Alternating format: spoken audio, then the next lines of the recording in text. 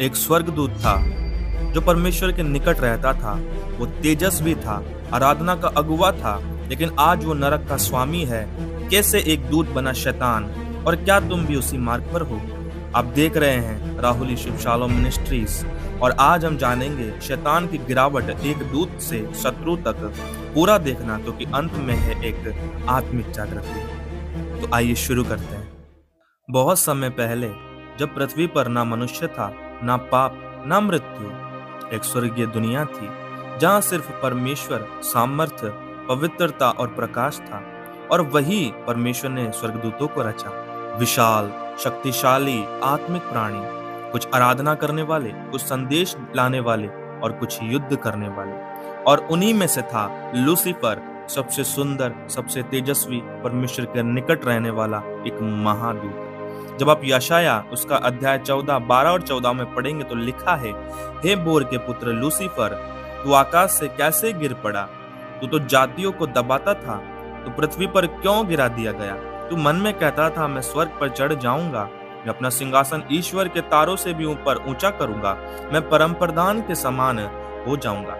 Lucifer को अपनी सुंदरता पर घमंड हुआ। वो परमेश्वर के समान बनना चाहता था।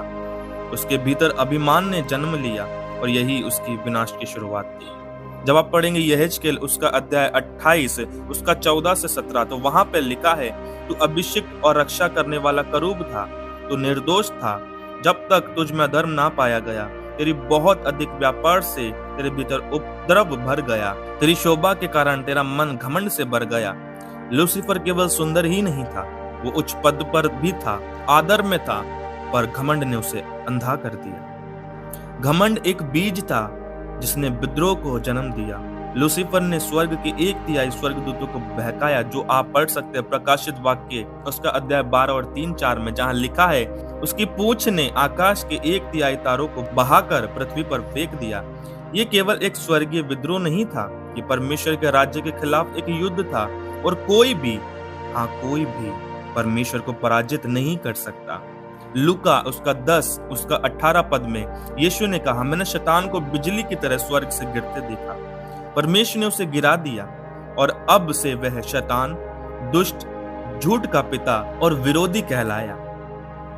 अब शैतान पृथ्वी पर आया, गिरा हुआ, परंतु अब भी चतुर। उसने आदम और हवा को धोखा दिया और पाप इस संसार में प्रवेश कर गया। उत्पत्ति अध्याय 3 उसका 1, सांप सबसे वन्य पशुओं में सबसे चतुर था।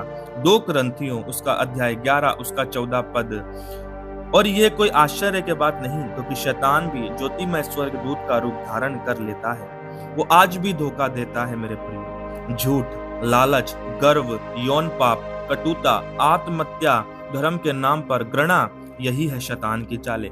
यूहन्ना उसका अध्याय 10 उसका 10 पद। चोर केवल चोरी करने नहीं, घात करने और नाश करने के लिए आता है। लेकिन मेरे भाइयों और मेरी बहनों, एक बात जान लो, शैतान गिरा हुआ है, पर वह पराजित नहीं था जब तक क्रूस पर यीशु ना आए। कुलुसियों उसका अध्याय 2 उसका 15 पद। उसने प्रधानताओं और अधिकारियों को अपने ऊपर से उतार कर उन्हें खुल्लम खुल्ला दिखा दिया और क्रूस के द्वारा उन पर जय पाई। क्रूस पर यीशु ने न केवल पाप को हराया, बल्कि शैतान का भी सामर्थ को तोड़ दिया। इब्रानियों उसका अध्याय 2 उसका 14 पद, जिससे मृत्यु का अधिकार रखने वाले को, अर्थात शैतान को, निष्फल कर दे। आज शैतान पृथ्वी पर घूम रहा है। ध्यान दे, 1 पतरस उसका 5-8 में लिखा, वह गरजते हुए सींग के समान है, तुम्हें निगलने के लिए वो ढूंढता है और कब किसको फाड़ता है, लेकिन एक दिन उसका अंत निश्चित है। प्रकाशित वाक्य उसका अध्याय 20 उसका 10 पद में लिखा, और शैतान आग और गंधक की झील में डाला जाएगा और वह युगानुयुग पीड़ा भोगेगा। और आज सवाल सिर्फ ये नहीं कि शैतान गिरा, सवाल है, क्या तुम भी उसके साथ झूठ में गिर रहे हो? क्योंकि जो परमेश्वर के वचन पर नहीं चलता, जो मसीह से दूर है, वह अनजाने में उसी मार्ग पर चल रहा है जिससे शैतान गिरा। पर आज अवसर है उठने का, लौटने का और मसीह के अधीन होने का। याकूब उसका अध्याय 4 उसका 7 पद में लिखा, इसलिए परमेश्वर के अधीन हो जाओ, शैतान का सामना करो और तुम्हारे सामने से भाग जाएगा। तो आइए मेरे संग इस प्रार्थना को करें। हे परमेश्वर, मैं तुझे धन्यवाद देता हूँ कि तूने मुझे सच्चाई बताई। मुझे क्षमा कर, जहां मैंने शैतान के झूठों को स्वीकारा, आज मैं तुझ में लौटता हूँ। यीशु के नाम से मैं शैतान की हर योजनाओं को अस्वीकार करता हूँ। मुझे अपनी आत्मा से भर दे और मुझे बचा ले, यीशु मसीह के नाम में, आमीन। और आखिरी बात मैं आपको बताना चाहता हूँ चेतावनी और आशा के विषय में। शैतान एक दूत था, गिर गया क्योंकि अभिमानी हो गया, और आज भी वो गिरा हुआ है, और आज भी वो लोगों को गिराना चाहता है, पर यीशु मसीह उन्हें उठाना चाहता है। तुम चुनो अंधकार या ज्योति, झूठ या सत्य, विनाश या जीवन। याद रखो, जो यीशु में है वही विजय है। रोमियो 16:20 में जब आप पढ़ेंगे तो लिखा है, और शांति का परमेश्वर शीघ्र ही शैतान को तुम्हारे पांवों के नीचे कुचल देगा, आमीन। और आपको परमेश्वर की सच्चाई में, पवित्रताई में, उपवास में, प्रार्थना में कंटिन्यू आपको आगे बढ़ना है, ताकि आप शैतान का सामना करें और शैतान आपके सामने से भाग जाए। इस मैसेज के द्वारा खुदावंद आपको आशीष करे, ब्लेस करे। अगर ये संदेश आपके दिल को छू गया हो तो इसे किसी और तक पहुंचाओ।